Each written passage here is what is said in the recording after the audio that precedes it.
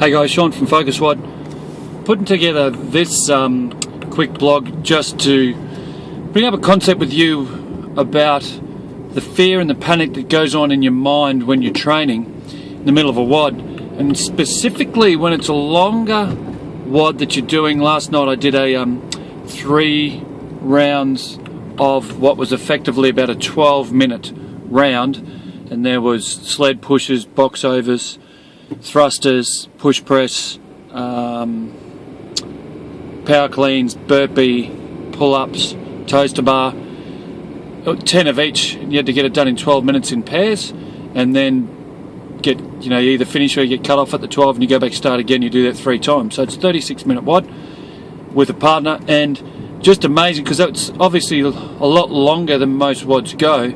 It's amazing when I started that how my head was really wandering. My mind was attacking me as far as, oh, how are you ever going to finish? This is going to take forever. You're already out of breath. It's only a couple of minutes in. And the strategy I used to get through it. So the way I got through it is I don't look at the clock, and I just keep do my 10 as hard as I can, then rest while my partner works, then keep moving. But it really shows that so much of what happens in training is mental, and we already know that. But how you control it, what strategy do you put in place? So before I started the WOD, I thought to myself, what am I actually going to do here? I don't go into it cold without a strategy, without a game plan mentally.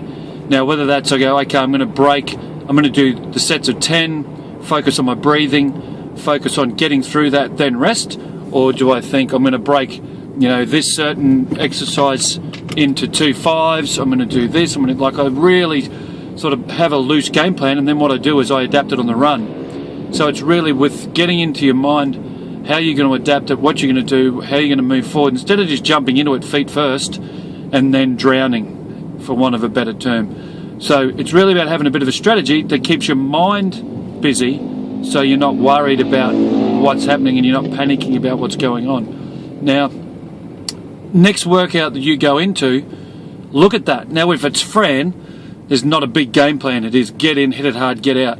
When you're doing a longer one, if it's a hero, whatever, it's something else like that, then there's certainly, you're going to have a plan. And the plan's going to have to be something along the lines of, how do you break it down? 36 minutes, you can't just go a million miles an hour. You've got to pace yourself and focus and keep moving.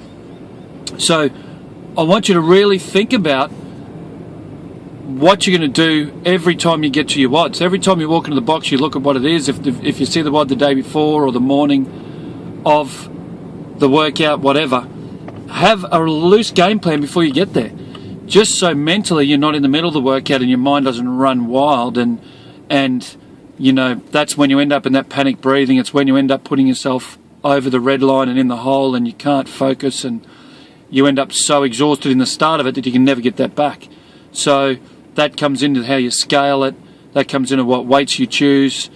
There's a whole lot of stuff in that. So a lot of it comes back to your ego and how you're going to look at what happens. So make sure when you're going into any workout you're going to do, guys, you've got a plan and you've got a strategy, and stick to it. If you get halfway through and it's not working, amend it on the run, but make sure you've got a broad outline of what you're going to do before you go in. Thanks very much, guys. Talk to you.